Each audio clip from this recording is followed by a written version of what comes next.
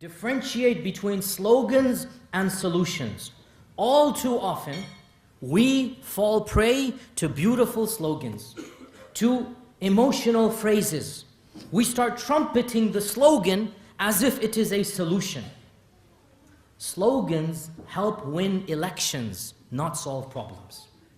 Slogans don't solve problems. Slogans appeal to your emotion. They sound good, and many times they're legitimate and true, but they are useless in providing actual solutions. So we need to be intelligent enough to differentiate between slogans and solutions. So for example, we have all heard many of these slogans. Islam is the answer. This is a slogan. Islam is the answer. Well, firstly, what's the question? And then secondly, okay, what do I do with that? Khalas, okay, it is. I agree with you. It's a good slogan. But what do I do with that? How will it answer my problems? How do I battle Islamophobia? What do I do with this counterterrorism bill that's coming up in a few weeks in your own parliament? Okay, Islam is the answer. But what? What is the answer? This is a slogan. It's not an actual solution. Another very good slogan. It's very good. I mean, of course, Islam is the answer. But what does that mean? Another very beautiful slogan. It's true, but it's a slogan, not a solution. We must return to the Quran and Sunnah. I agree, we must. But then what? Okay, I've agreed. Now what do I do? You still haven't told me about the counterterrorism bill. What do I do with that? You're not going to find a Quran or Hadith that is explicitly telling you about what to do, right? Or there are groups that say, we must return to the example of the Salaf or the righteous predecessors. And again, it's a good slogan. It has an element of truth that we follow the Sahaba, we respect the Sahaba, we respect the students of the Sahaba.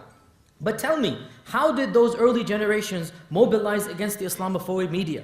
How did they challenge their politicians in parliament when their parliament was going to pass anti-terrorism legislation that would actually ban and criminalize religiosity?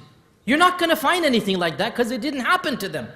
So when you tell me to go back to the past, okay, I agree, we should respect the past, but it doesn't give me what? What does it give me?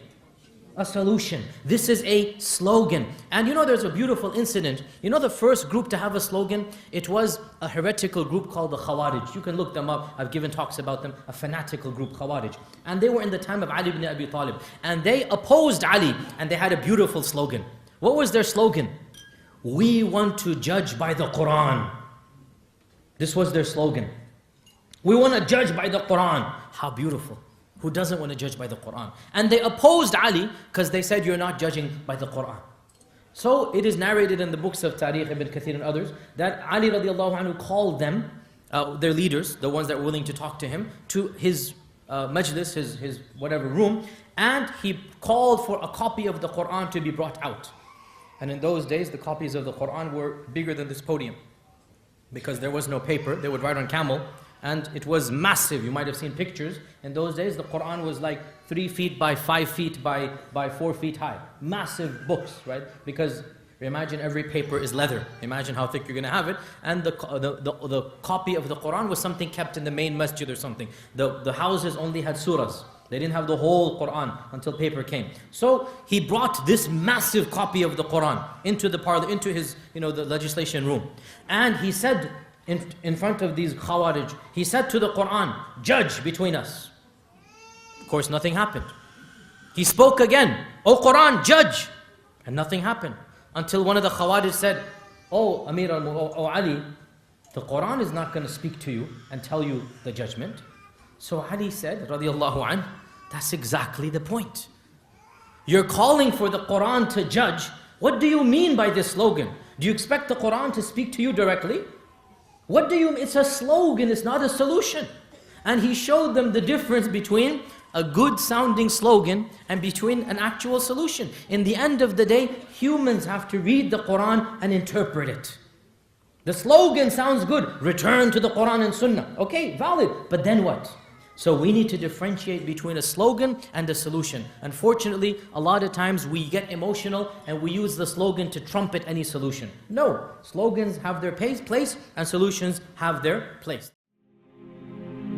فيا ذلي ويا خجلي إذا ما قال لي ربي أما استحييته تعصيني ولا تخشى من العتب وتخفي الذنب عن خلقي وتأبى في الهوى قربي فتب مما جنيت عسى تعود إلى رضا الرب تعود إلى رضا الرب